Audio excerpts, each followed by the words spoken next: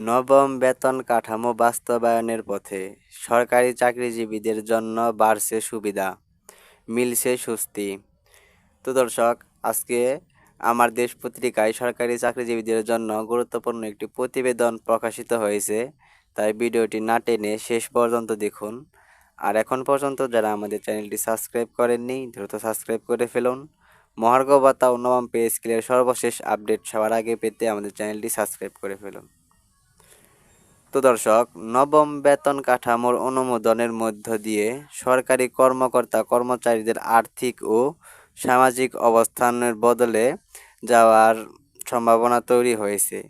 Pay কমিশনের তৃতীয় বৈঠকে গৃহীত সিদ্ধান্ত অনুযায়ী শুধু মূল বেতনই নয়, উল্লেখযোগ্য পরিমাণে বাড়ানো হয়েছে মহার্ঘ ভাতা, আবাসন, যাতায়াত, চিকিৎসা এবং উৎসব ভাতাও। পেনশন ব্যবস্থাতেও আনা হয়েছে গুরুত্বপূর্ণ সংস্কার, যা চাকরিজীবীদের মধ্যে নতুন আশা জাগিয়েছে।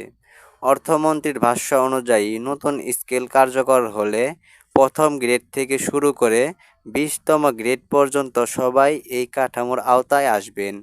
বিশেষ করে নিম্ন আয়ের কর্মীদের ক্ষেত্রে বেতন বৃদ্ধির হার আরও বেশি রাখা হয়েছে, যেন তারা তাদের দৈনন্দিন চাহিদা সহজে পূরণ করতে পারেন।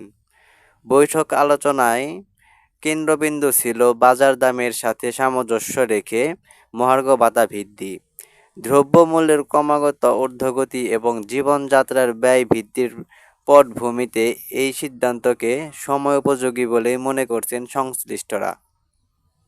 নতুন ভাতা কাঠামো বাস্তবায়িত হলে বিশেষত নিম্ন ও মধ্যম আয়ের পরিবারের মাসিক আয়ে উল্লেখযোগ্য পরিবর্তন আসবে, যা তাদের জন্য বড় ধরনের স্বস্তি বয়ে আনবে।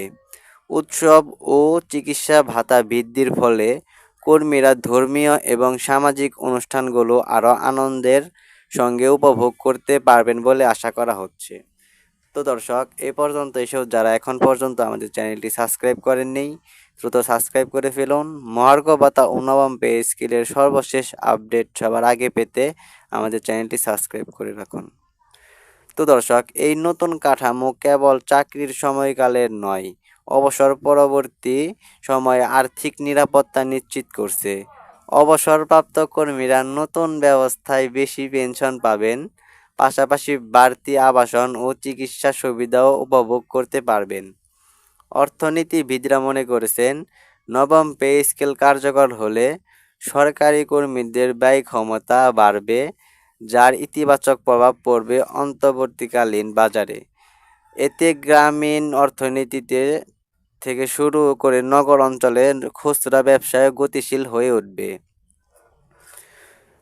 তবে এর ফলে রাজস্ব খাতে অতিরিক্ত চাপ সৃষ্টি হতে পারে। একে সামাল দিতে হলে সরকারকে নিতে হবে বাস্তবমুখী নীতি, রাজস্ব বৃদ্ধির কৌশল এবং সুনির্দিষ্ট অর্থনৈতিক পরিকল্পনা।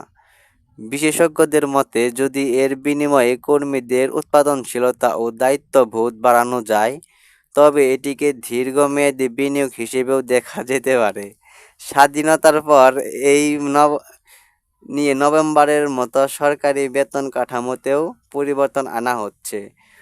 অতীতের অভিজ্ঞতা বলে, প্রতিটি কাঠামোই কিছু আশার পাশাপাশি কিছু হতাশাও এনেছে। তবে এবার অনেকটাই ব্যতিক্রম, কারণ শুধুমাত্র আর্থিক দিক নয়, জীবনমান উন্নয়নকেও গুরুত্ব দেওয়া হয়েছে। সরকারি চাকরিজীবীদের প্রতিক্রিয়া স্পষ্ট, তারা নতুন এই কাঠামোকে ইতিবাচকভাবে গ্রহণ করেছেন। এতে শুধু তাদের জীবন সহজ হবে না, বরং পেশাগত দায়িত্ব পালনে নতুন অনুপ্রেরণাও তৈরি হবে। তো দর্শক, শেষ পর্যন্ত এসেও যারা এখন পর্যন্ত আমাদের চ্যানেলটি সাবস্ক্রাইব করেননি, দ্রুত সাবস্ক্রাইব করে ফেলুন। মহার্ঘ ভাতা ও নবম পে স্কেলের সর্বশেষ আপডেট সবার আগে পেতে আমাদের চ্যানেলটি সাবস্ক্রাইব করে ফেলুন। ধন্যবাদ।